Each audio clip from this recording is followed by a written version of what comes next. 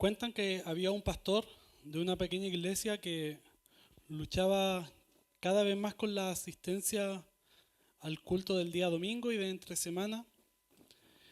Y la gente de un momento a otro empezaba a dejar de asistir a la congregación, dejó de congregarse. Y resulta que a pocos metros de la iglesia habían construido un teatro nuevo, muy elegante, muy bonito, donde la gente hacía filas enormes para ver las funciones. Entonces cuentan que el pastor miraba con profunda tristeza cómo la gente, incluso la gente de su congregación, prefería hacer fila para el teatro y no para asistir a la iglesia. Un día, a ver la iglesia totalmente vacía, decidió ir a preguntar a las personas que hacían fila por qué ellos asistían al teatro y no a la iglesia. Y la gente le respondió, porque en el teatro se dicen mentiras como si fueran la verdad, pero en la iglesia se dice la verdad como si fuera una mentira. El pasaje del día de hoy nos mostrará un cuadro diferente al que estamos acostumbrados, un cuadro que contrasta contra el mundo moderno, donde todo debe ser cronometrado, donde muchas veces tenemos expresiones como mi tiempo vale oro, donde mi tiempo está sujeto solo a lo que tiene un valor real para mi persona, porque en la actualidad vemos que todas las cosas están establecidas a través de un tiempo. Y en la actualidad pasa en las iglesias que las iglesias, por lo general, decimos que no debiese un servicio durar más de 2 horas. Si el servicio dura más de 2 horas, nos aburrimos, nos enojamos. Hay iglesias donde los hermanos se paran y se van. Conozco algunas. Pero, paradójicamente, sí podemos ver una película de 2 horas y media, incluso hasta 3 horas, sin problema. Y quiero que hagamos un juego. Me encantan los juegos, me encantan las trivias. Y yo les voy a mostrar una película y usted me va a decir si es que la ha visto o no la ha visto. La primera película de 1997, nueva todavía, El Titanic. ¿La vio? ¿Sabía que esta película dura 3 horas con 14 minutos? La segunda película más reciente todavía, de 1974, El Padrino. No sé si estaba por ahí, creo. La parte 2 dura 3 horas con 22 minutos. La película que tenemos acá, El Señor de los Anillos, El Retorno del Rey, del año 2003. ¿Alguno la vio? ¿No? Muy buena película. Dura 3 horas con 21 minutos. Y los libros están mucho mejor. La siguiente película es del año 2022. Avatar, El Camino del Agua. ¿Alguien la vio? Si no la han visto, está interesante, tiene muy buenos efectos especiales, pero quiero decirle que esta película dura 3 horas con 12 minutos. Una película muy nueva, de 1959, Ben-Hur. ¿Alguno la vio? Es una película ya casi de culto, ¿cierto? Está buena, está interesante. ¿Y esta película sabe cuánto tiempo dura? 3 horas con 32 minutos. Otra película más reciente todavía, Lo que el viento se llevó, de 1939. ¿La vieron? ¿Sí? ¿Sabe cuánto dura esta película? ¿Cuánto cree? A ver, ¿quién da más? Sí, estamos... No, estamos muy lejos. Sí. ¿Quién da más? ¿Quién da más? No, 3 horas 58. Estaba bien. Casi 4 horas. Una película muy reciente del año 23, Oppenheimer. ¿Alguno la vio? Yo todavía no la veo, dicen que está muy buena. Y esta película dura exactamente 3 horas. Una película de 1990, Danza con los lobos. ¿Alguno la vio? Sí, yo esta no la he visto, la verdad, pero se ve interesante y dura 3 horas con 1 minuto. Una película del año 63, Cleopatra, con la famosa actriz Elizabeth Taylor. Dura 3 horas con 12 minutos. Una película, una de mis favoritas, Avenger, Endgame, del año 2019, que dura 3 horas con 1 minuto. Pero hay una película que también es muy famosa del año 2013, se llama El Lobo de Wall Street y dura 3 horas.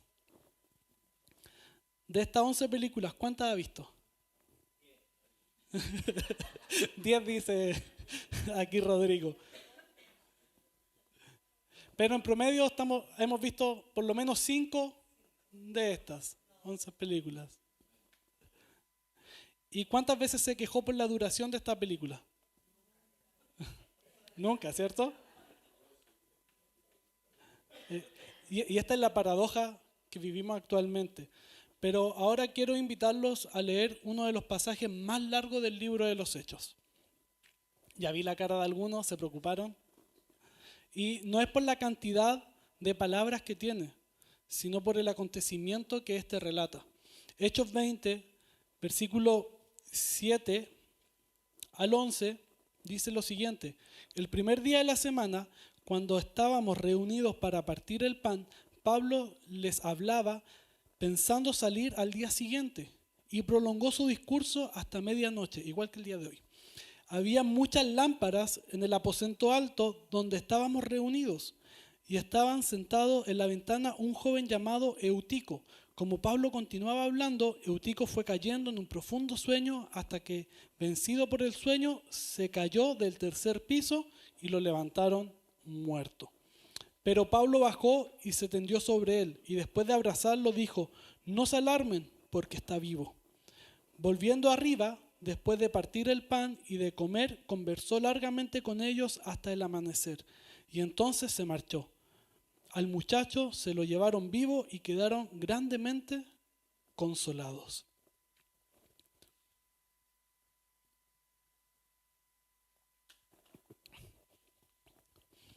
Como yo les decía, muchas veces utilizamos una expresión muy común, un dicho súper utilizado, que es: el tiempo vale oro. Y es muy utilizado por la gente muy importante o la gente que le gusta estar ocupada. Porque hay gente que no siempre está ocupada, pero le gusta estar ocupada. Hace un tiempo atrás veía en redes sociales un video de una persona que decía: te queda media hora para salir del trabajo, ¿quieres parecer que estás ocupado? Toma una libreta, una hoja y empieza a mirar. Las cajas, lo que sea, y nadie te va a decir nada porque van a pensar que estás ocupado. Un comediante decía: ¿quieres que la gente piense que estás ocupado? Toma papeles y pon la cara enojada. Nadie te va a decir nada. Pero, ¿quién de nosotros ha utilizado esta expresión alguna vez? Ha dicho: mi tiempo vale oro. ¿Quién de nosotros justamente ahora está pensando: mi tiempo vale oro? ¿Cuándo Gerardo va a terminar? Ya me quiero ir a la casa. Y este pasaje, este episodio es el crepúsculo de la vida del apóstol Pablo. Por eso comienza Pablo a despedirse de los hermanos en los diversos lugares donde va a estar. Pero notemos algo, dice este pasaje que el primer día de la semana ellos se reunían ¿a qué?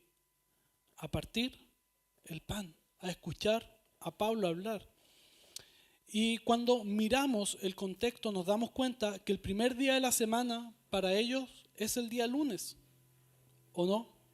No, es el día domingo, porque en el antiguo mundo el primer día de la semana era el domingo. ¿Y qué es lo que pasa el primer día de la semana? Es un día de trabajar, un día laboral. Actualmente el día lunes para nosotros es de descanso o es de trabajo. De trabajo. Y para muchos es el peor día de la semana. Muchos no quieren que llegue el día lunes. Y en este tiempo, el día domingo no era un día de descanso, era un día de mucho trabajo, pero sucede algo interesante, que a pesar de que había mucho trabajo, porque en ese tiempo el trabajo era bien pesado también, la gente, los hermanos, la iglesia se reunía a partir el pan. Y cuando estuve en Brasil, noté algo para mí muy llamativo, es que los días de la semana ellos los nombran de forma muy diferente a nosotros. Solo hay dos similitudes, que es domingo y el día sábado. Eso los nombramos igual. Pero el día lunes se dice segunda-feira, día martes, tercera-feira y así. O sea, el día lunes para ellos es el segundo día de la semana. Y se me hacía interesante porque cuando justamente estaba leyendo, cuando estaba en Brasil, andaba leyendo todo este tipo de pasajes, Hechos y Romanos, y me daba cuenta de esto, que el primer día de la semana la iglesia se reunía, y en Brasil la iglesia se reúne el primer día de la semana, el día domingo. Entonces era interesante porque si te decían, te veo el domingo en la iglesia, y tú decías, ok, nos juntamos el lunes para hacer otra cosa, ok, el segundo día de la semana nos juntamos a hacer algo. Entonces era muy llamativo, a diferencia de nosotros, que para nosotros en Chile el primer día de la semana es el día lunes. Pero esto es lo que hacían los cristianos. Después de trabajar todo el día arduamente, se reunían para buscar al Señor. Y esto es paradójico a nuestra actualidad y a nuestra realidad, porque muchos de los que estamos aquí, el día sábado preferimos, muchos, digo, no todos, preferimos acostarnos temprano, porque el domingo hay que levantarse temprano para venir a la iglesia. Muchos prefieren descansar el día sábado. Otros dicen, no, ya, yo aguanto, y resulta que el día domingo ya no aguantaron más y no pudieron levantarse de la cama. Y a veces sucede que si no nos dormimos temprano el día sábado, ¿cómo andamos el domingo en el culto? Cansados, con sueños, sin ganas de nada. Los chicos aquí se desviven cantando y estamos todos así como ya, que termine rápido, ya fueron 2 canciones, ya es mucho. Y muchos incluso estamos mirando el reloj para irnos a nuestras casas. Ahora imagínense la siguiente idea. ¿Qué pasa si nos reunimos el día lunes a adorar al Señor después del trabajo? ¿Estaría dispuesto a venir? A pesar de que sea tarde, a pesar que el culto sea a las 8 o 9 de la noche, a pesar que Fernando o yo nos extendamos predicando hasta las 12 de la noche, ¿estaría dispuesto a venir? Yo creo que la realidad es que muchos de nosotros no vendríamos. Muchos de nosotros preferiríamos quedarnos en nuestra casa. Pero es interesante porque la iglesia del primer siglo, en vez de descansar, prefería buscar del Señor. Pero lo segundo que puedo notar en este pasaje y en esta reunión en específico es que se reunían a partir el pan. Yo sé que ya hemos estado hablando bastante sobre este asunto a lo largo del libro de los Hechos, pero no sé si logra percibir y notar que el partir el pan era una práctica constante en toda la iglesia. Era algo importante, algo que marcaba la vida de los cristianos. El participar de lo que nosotros hoy denominamos la Santa Cena era una práctica cotidiana e importante y central dentro de la reunión cristiana. Porque este era un mandato directo de Jesús. ¿Qué le dice Jesús a sus discípulos? Que cuando se reúnan en mi nombre, que hagan esto en memoria de mí. ¿Qué cosa? Partir el pan, tomar de la copa. Este mandato era algo importante para la iglesia del primer siglo. Pero muchas veces en nuestra actualidad, gracias a Dios, en nuestra iglesia no es así, pero muchas iglesias, esta no es la realidad. Muchas iglesias no se reúnen a partir el pan, porque sienten que no es algo importante. Cuando el pan nos recuerda el sacrificio de nuestro Señor Jesús y lo que Él hizo en la cruz por nosotros. Por eso, el motivo por el cual nos reunimos constantemente los días lunes, el día domingo, el primer día de la semana, es para adorar a Jesús, es adorar al Señor, es adorar lo que Él hizo por nosotros. Porque si quitamos a Cristo de en medio de nosotros, si Él no fuera el centro de nuestra adoración, si Él no fuera el centro de nuestra reunión, ¿qué sería esto? Sería un club social más. Un club social donde Venimos, escuchamos una charla, pasamos tiempo juntos, nos reímos, nos enojamos, comemos, celebramos fiestas y después cada quien se va a su casa hasta la próxima reunión. Entonces yo no sé si logra entender lo importante de participar constantemente de la comunión con el Señor, de participar del pan, del jugo de la vid.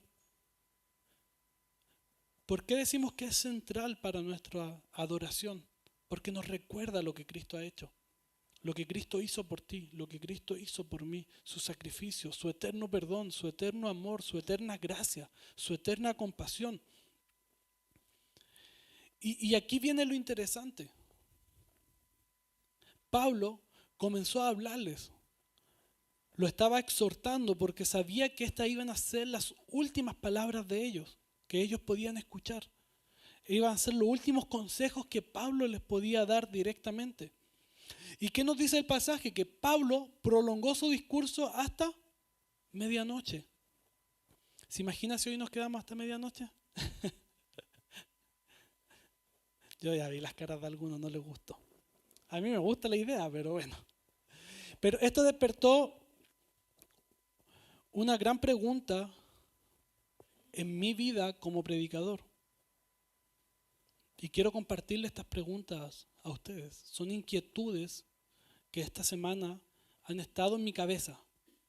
Toda la semana, mientras preparaba el sermón, han estado estas inquietudes en mí. Y yo les quiero preguntar, ¿cuánto tiempo es suficiente para ustedes para escuchar la palabra de Dios? ¿30 minutos es suficiente? ¿35? ¿40? ¿50? Yo sé que algunos desearían que fueran 10 o 15 minutos como máximo.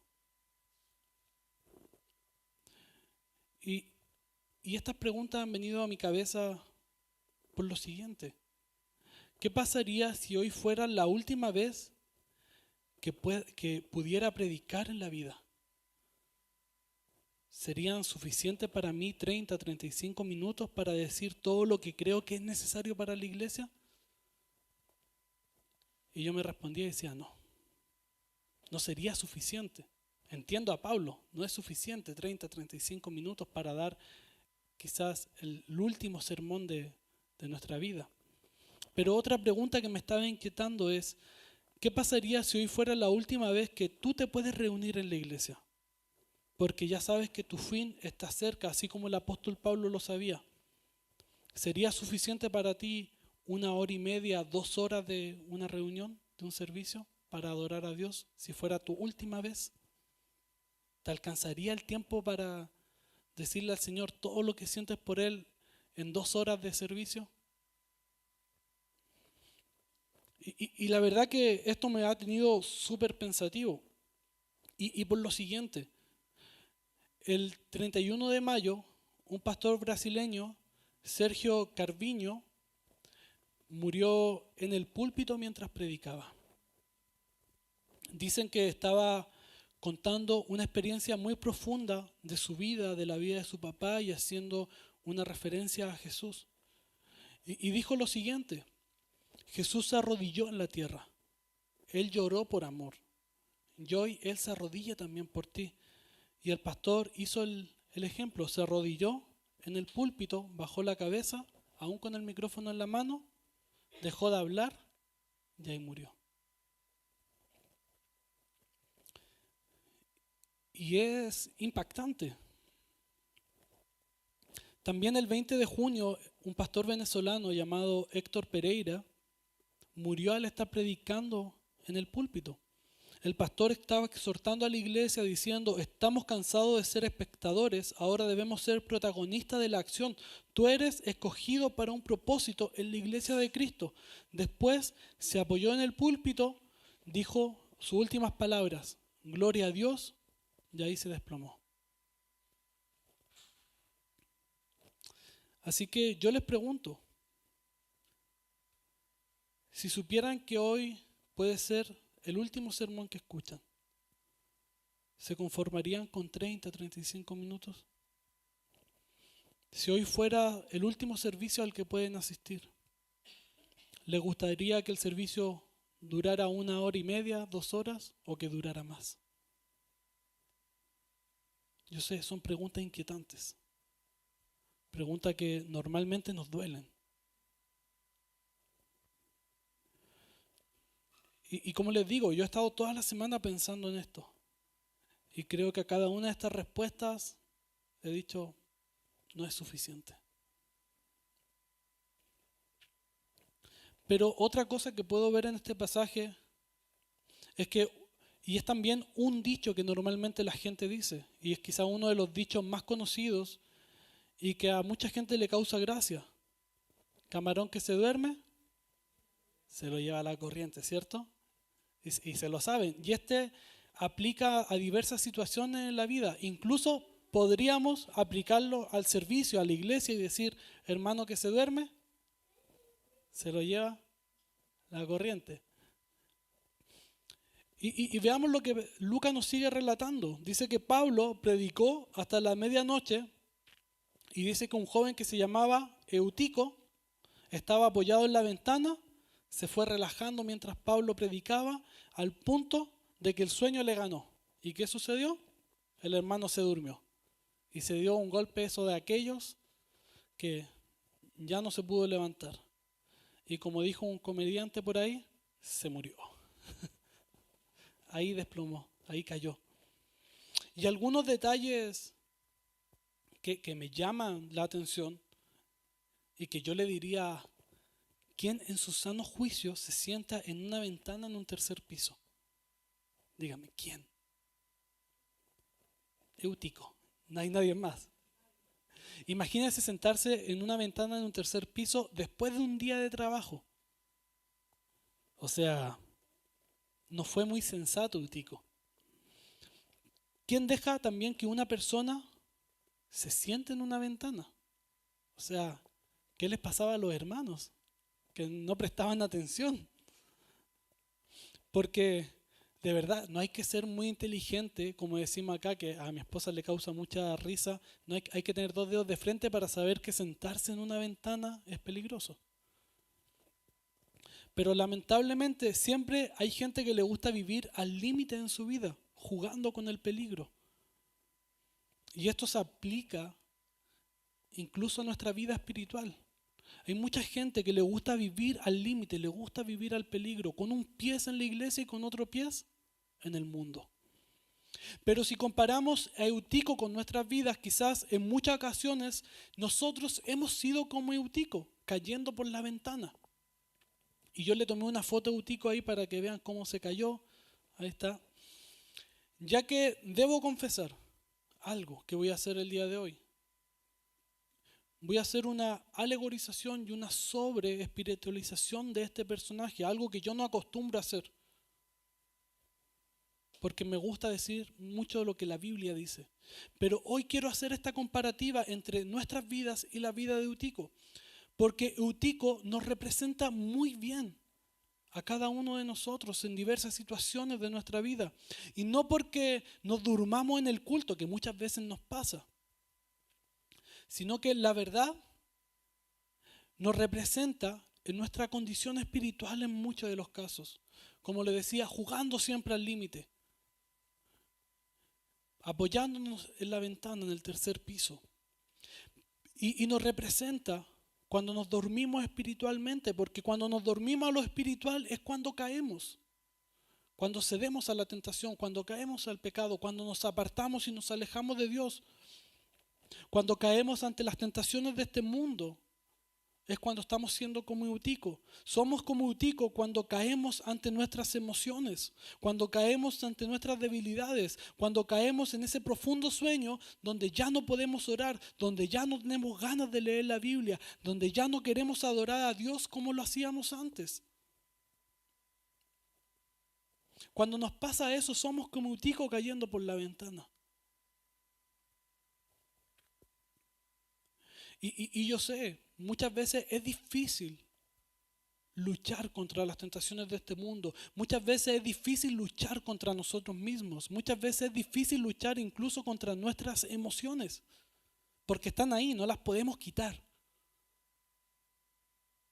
Pero algo que sí podemos hacer es someterla a la cruz de Cristo. Someter nuestra vida al Señor.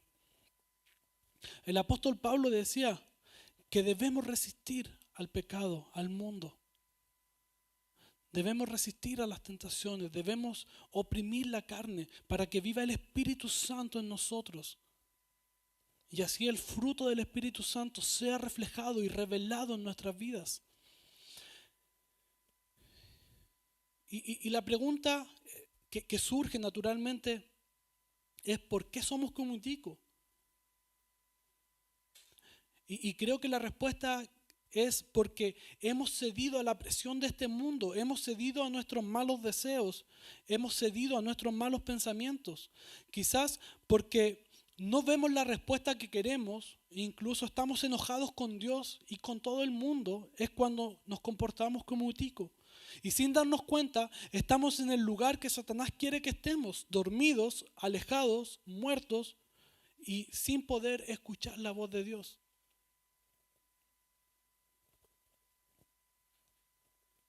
Y sabes que yo estoy convencido de algo el día de hoy. Que Dios te dice que es tiempo de despertar, es tiempo de dejar ese profundo sueño al cual has cedido. Hoy tienes que levantarte, quizás mojarte la cara con la única agua que puede despertar tu espíritu, el agua de vida eterna que es Cristo Jesús. Hoy por tu bien, hermano, tienes que tomar la decisión de despertar a lo espiritual. Ya no quedarte en ese profundo sueño quizás al que te has sumergido. Yo sé que hoy puede ser ese día, mi hermano. Porque así como Pablo abrazó a Eutico y él resucitó y despertó, así sé que puede suceder el día de hoy contigo. Porque el Espíritu Santo de Dios quiere darte ese abrazo para despertarte. Ese abrazo que tanto necesitas. Ese abrazo que puede traer vida nueva. Ese abrazo que puede renovar tu espíritu y tus fuerzas.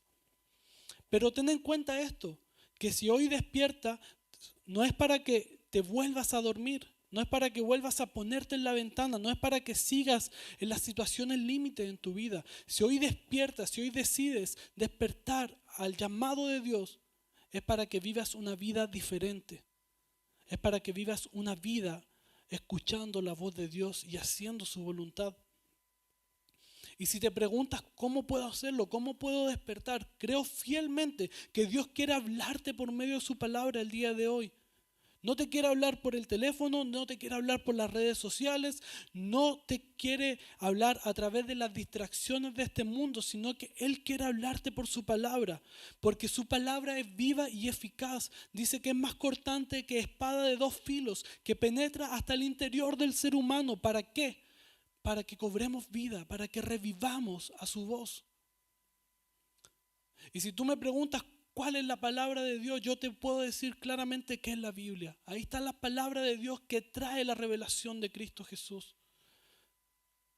Esa palabra que puede hacerte nacer de nuevo por medio del conocimiento de Cristo. Y sabes que quiero traerte las características de las personas que se quedan dormidos espiritualmente.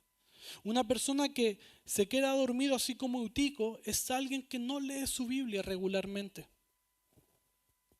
Porque la Biblia hay que leerla regularmente, no solo aquí en la iglesia. Alguien que se duerme es alguien que ya no ora. Alguien que se duerme es alguien que ya no siente deseo de alabar a Dios.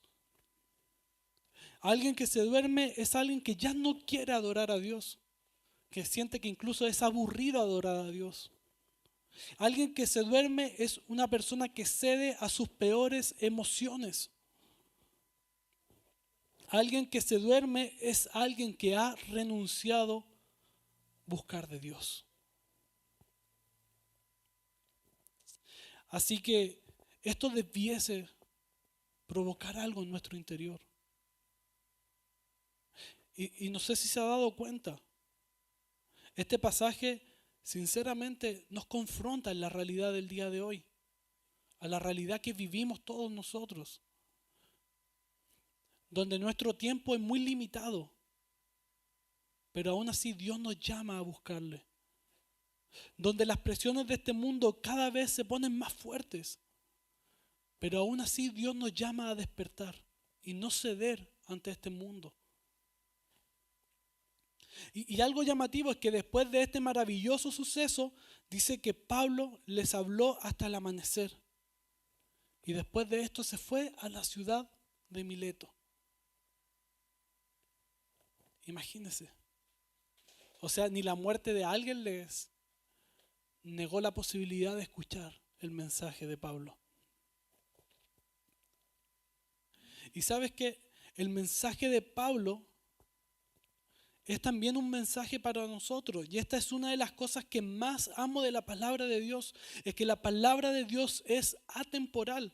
Lo que Dios mandó a sus profetas y apóstoles a decir sigue siendo relevante el día de hoy para su pueblo y para su iglesia. Por eso que puedo decir con mucha seguridad que el mensaje de Pablo es un mensaje para nosotros, para la iglesia de Cristo Nueva Esperanza el día de hoy. Y quiero que podamos leer el versículo 19 hasta el 24. Dice, estas son las palabras que Pablo empezó a decirle a los ancianos de Mileto. He servido al Señor con toda humildad, con lágrimas y con prueba de que vinieron sobre mí por causa de las intrigas de los judíos. Bien saben, como no rehuí declararles a ustedes nada que fuera útil y de enseñarles públicamente y de casa en casa, testificando solemnemente tanto a judíos como a griegos del arrepentimiento para con Dios y de la fe en nuestro Señor Jesucristo. Ahora yo, atado en espíritu, voy a Jerusalén sin saber lo que allá me sucederá, salvo que el Espíritu Santo solemnemente me da testimonio en cada ciudad diciendo que me esperan cadenas y aflicciones, pero en ninguna manera estimo mi vida como valiosa para mí mismo a fin de poder terminar mi carrera y el ministerio que recibí del Señor Jesús para dar testimonio solemnemente del Evangelio de la gracia de Dios. Y me encanta cómo Pablo expresa esto, sus últimas palabras, porque dice que él ha servido al Señor con toda humildad. Y no hay nada más bello, hermano, que poder mantener la humildad ante el servicio de Dios. Yo no sé si usted ha visto la moda actual entre muchos predicadores y pastores, que es ahora andar con guardaespaldas. Y creo fielmente que eso no es correcto. También he conocido pastores que tienes que llamarlo por el título, no por su nombre. Porque si le dices hermano, es bajarle el nivel entonces. Pero Jesús mismo le dijo a los hijos del trueno, Juan y Santiago, el que quiere ser mayor entre ustedes debe servir. El ministro, el pastor, el siervo de Dios está llamado a servir, no a ser servido. Y eso es humildad, hermano. Cuando estamos dispuestos a servir al resto y no quedarnos en nuestro propio trono, porque el único que debe estar en el trono es Jesús. Y me encanta que Pablo le dice esto a los ancianos, a los pastores de la iglesia en Mileto. Le está diciendo prácticamente, sigan mi ejemplo de humildad. Yo he servido con humildad y ustedes lo han visto. Incluso le dice que ha sufrido al punto de tener lágrimas en sus ojos. Y todo por las intrigas de los judíos hacia él. Porque hay veces que las luchas, las críticas, incluso los males, vienen de la gente que uno menos esperaría. Y Pablo siempre esperó que los judíos se volvieran a Cristo. Pero ellos preferían, y ellos siguen prefiriendo rechazar al único Salvador del mundo. Pero Pablo, en su profundo deseo, era que todos los judíos fueran salvos. Y creo que eso igual que nosotros, desearíamos que todos los chilenos fueran salvos, desearíamos que todos los venezolanos fueran salvos, desearíamos que todos los mexicanos fueran salvos, desearíamos que todo el mundo fuera salvo. Pero lamentablemente no todos están dispuestos a aceptar el Evangelio del Señor. Y debo ser sincero con esto, no hay nada más doloroso de enterarse que hermanos y amigos en la fe que se han preparado para el ministerio son defraudados por el ministerio. No hay nada más doloroso conversar con ellos y escucharlos decir cómo lo que esperaban que les pasara, que esperaban que la gente que los había llamado los ayudara, terminaron siendo piedra de tropiezo y provocaron que muchos de ellos renunciaran al ministerio.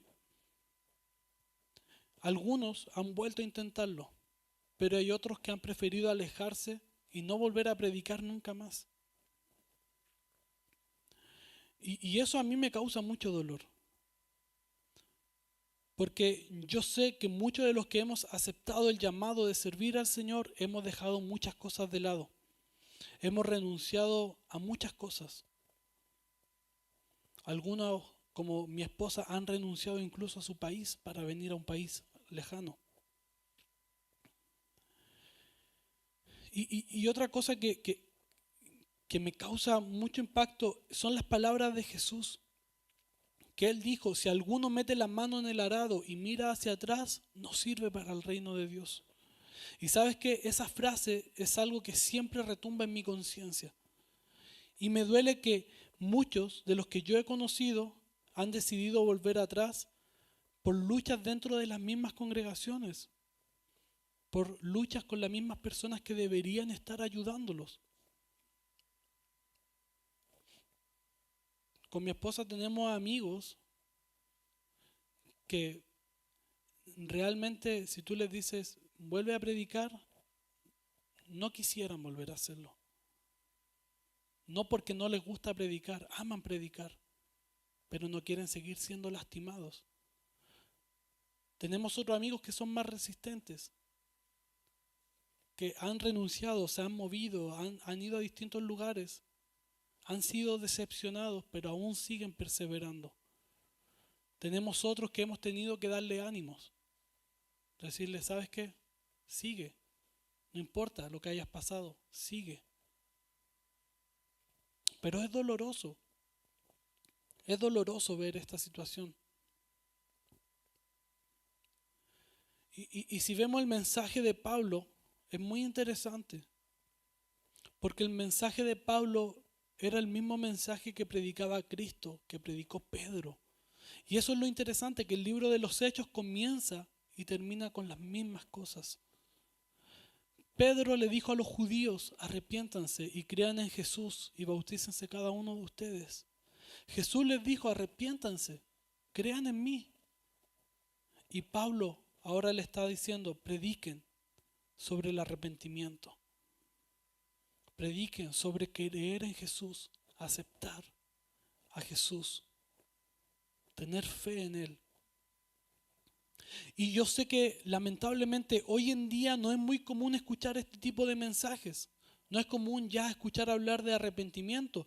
¿Por qué? Porque suena duro, suena fuerte, porque incomoda. Y pareciera que la iglesia lo que menos quiere hacer hoy en día es incomodar al resto. Pero si pensamos en cuánto tiempo ha pasado desde que Pedro predicó su primer mensaje de arrepentimiento en Hechos 2 a lo que Pablo está diciendo ahora en Hechos 20, no han pasado más de 30 años. Y en 30 años el mensaje seguía siendo el mismo: arrepentirse y creer en Cristo Jesús. Porque el mensaje del Evangelio no puede cambiar, hermano. Porque si cambiamos el mensaje del Evangelio, si cambiamos lo que Jesús nos llamó a predicar, eso sería un evangelio diferente y no sería el evangelio de nuestro Señor Jesús. Así que toda esa gente que predica mucho otro tipo de cosas, que solo te va a ir bien, que Dios es lo mejor y quiere lo mejor para ti y que todo es happy, happy, happy, happy, nunca van a haber problemas, están predicando un evangelio diferente. Porque el evangelio de nuestro Señor Jesús es el llamado al arrepentimiento, es el llamado a creer en Él, a creer que Él ha vencido la muerte y que nos ha dado libertad y vida eterna, nos ha dado salvación, redención, perdón.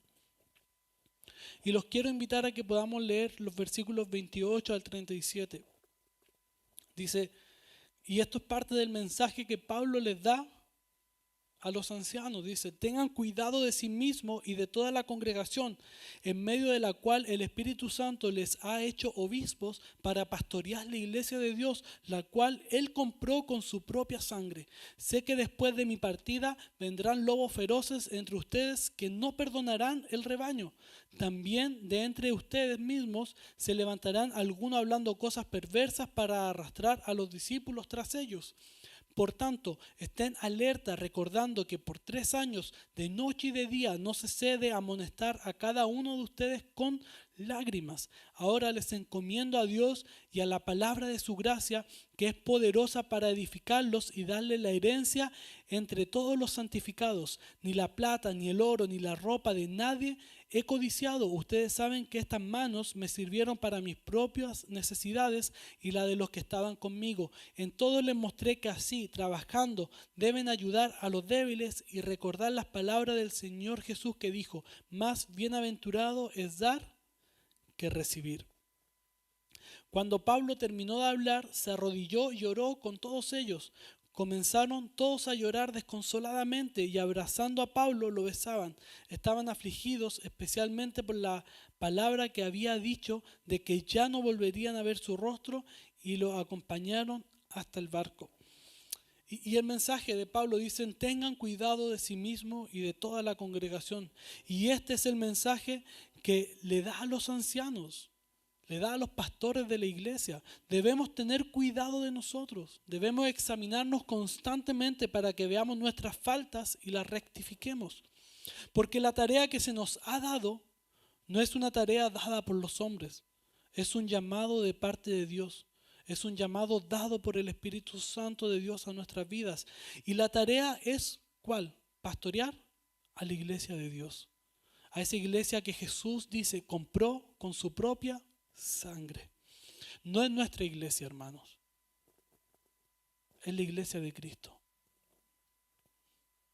Porque nosotros no pagamos por ella. Él pagó por nosotros. Nosotros somos quienes deben cuidar su iglesia, sí. ¿Por qué? Porque hemos aceptado el llamado de ser siervos de Dios.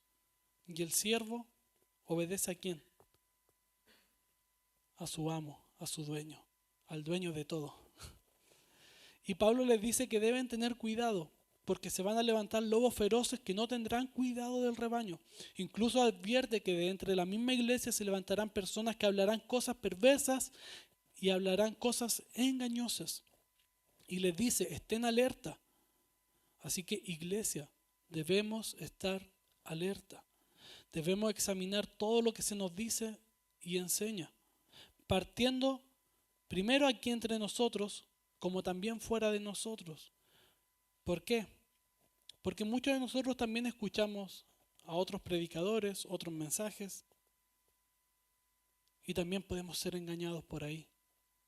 Así que debemos tener cuidado, debemos tener la capacidad de detener el engaño y de no caer en el engaño. Y me llama la atención que Pablo les dice que le enseñó por ¿cuánto? 3 años, de día y de noche. Esto habla de que los ancianos estaban capacitados en el conocimiento de Dios. Y la mayoría de nosotros llevamos más de 3 años en la iglesia, ¿cierto? A excepción de Sam y Inés, que son los más nuevos. Así que si la mayoría llevamos más de 3 años buscando y sirviendo al Señor, ya deberíamos estar capacitados para esta labor de examinar cada cosa que se nos dice, de escudriñar las Escrituras y ver si es que lo que se dice en ella es verdad. Y algo interesante es que Pablo les dice que los encomienda a Dios y a la palabra de su gracia, la cual es poderosa para edificarlos y darle la herencia entre todos los santificados.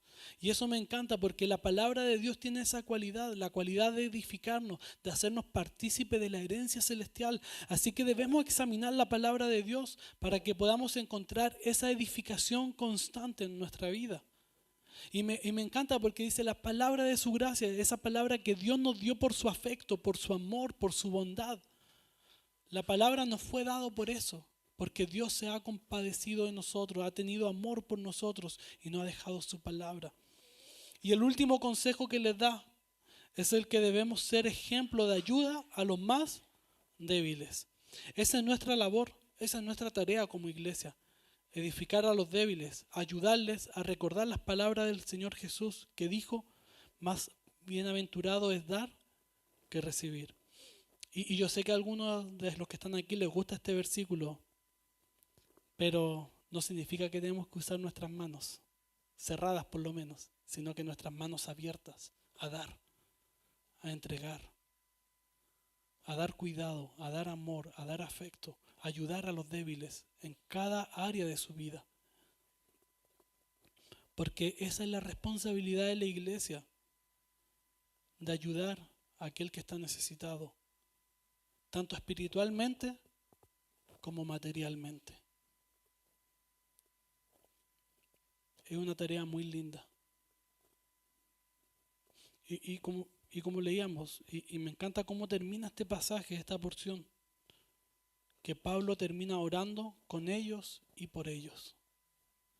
Pablo termina orando por la iglesia, termina orando con los ancianos, por sus necesidades. Yo hoy quiero que terminemos de la misma forma, que hoy podamos arrodillarnos como iglesia y orar, buscar del Señor, para que oremos por los más débiles, para que oremos por aquellos que están dormidos espiritualmente, para que oremos por aquellos que están necesitados. Y les quiero invitar a que hagamos eso, que nos podamos arrodillar, podamos buscar de Dios. Y si usted tiene alguna necesidad en específico, si usted dice, ¿sabes qué? Siento que necesito despertar, puede igual levantar su mano y uno de los ancianos se va a acercar a usted para orar por su vida.